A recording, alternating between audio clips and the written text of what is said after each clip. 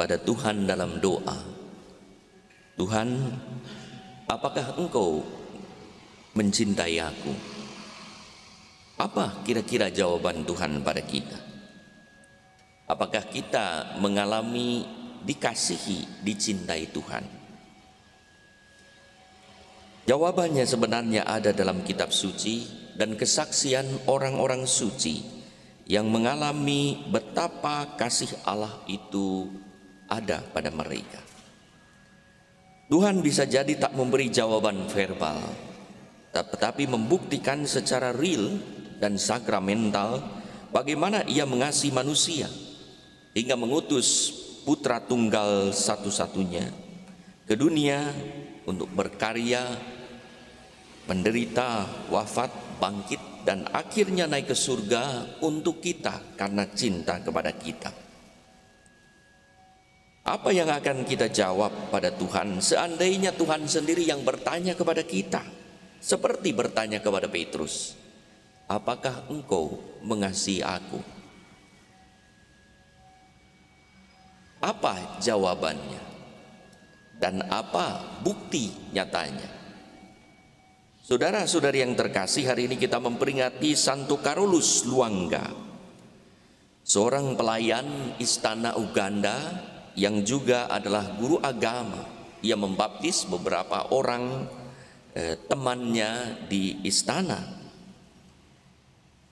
dan ia memberi kesaksian bagaimana mencintai Yesus dalam hidupnya hingga melawan kebobrokan di Uganda, termasuk kebobrokan yang dilakukan oleh raja, perdagangan budak, poligami, pemerkosaan anak-anak.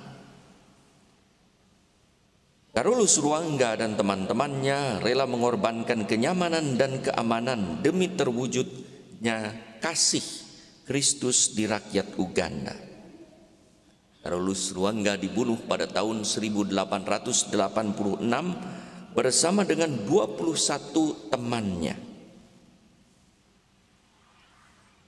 Seorang yang paling muda yang berani mempertahankan iman karena kasihnya kepada Tuhan bernama Kizito pada usia 13 tahun.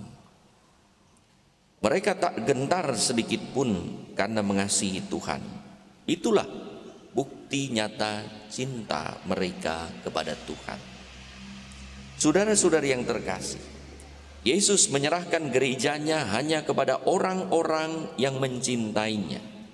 Ia bertanya kepada Petrus, apakah engkau mengasihi aku?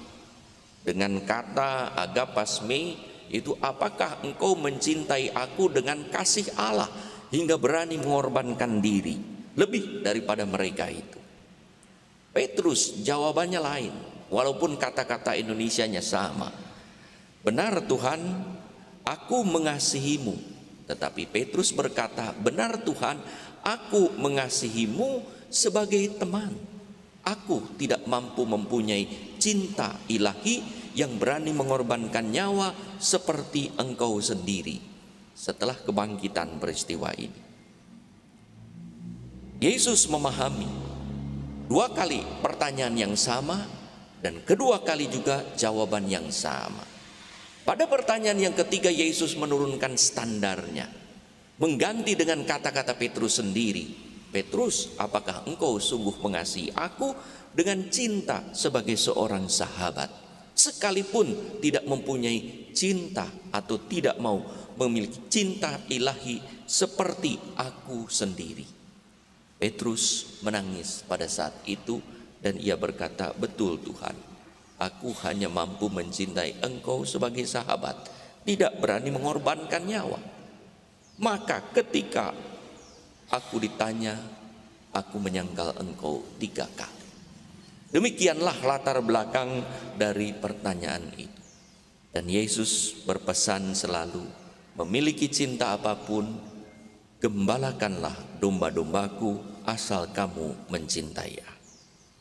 Hanya orang yang mencintai Allah pantas mengembalakan domba-dombanya. Kelak Roh Kudus mengubah Petrus setelah Pentakosta dari kasih filial seorang sahabat menjadi kasih ilahi kasih agape yang berani mengorbankan nyawa. Maka saat diminta berhenti mengajar tentang Yesus yang bangkit, Petrus tampil bersama dengan Yohanes di depan mahkamah agung, mahkamah agama, bersaksi, kita harus lebih taat kepada Allah daripada kepada manusia.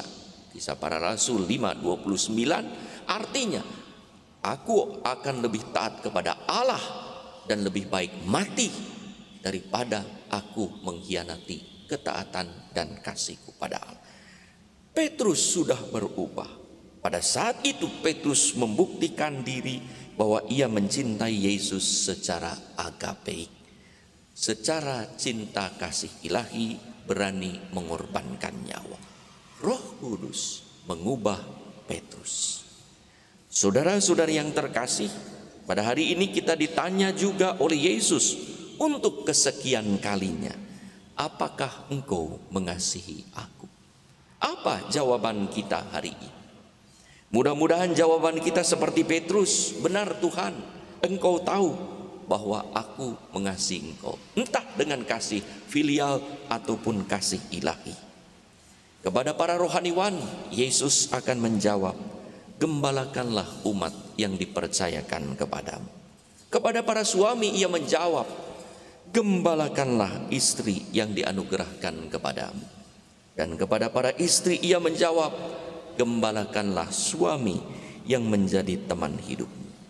Kepada para orang tua ia menjawab, gembalakanlah anak-anakmu yang dianugerahkan padamu. Dan kepada anak-anak ia akan menjawab, gembalakanlah anugerah orang tua yang diberikan kepadamu. Dan kepada kita semua Yesus bersabda, gembalakanlah sesamamu yang dipercayakan pada tugas, tanggung jawab dan wewenang.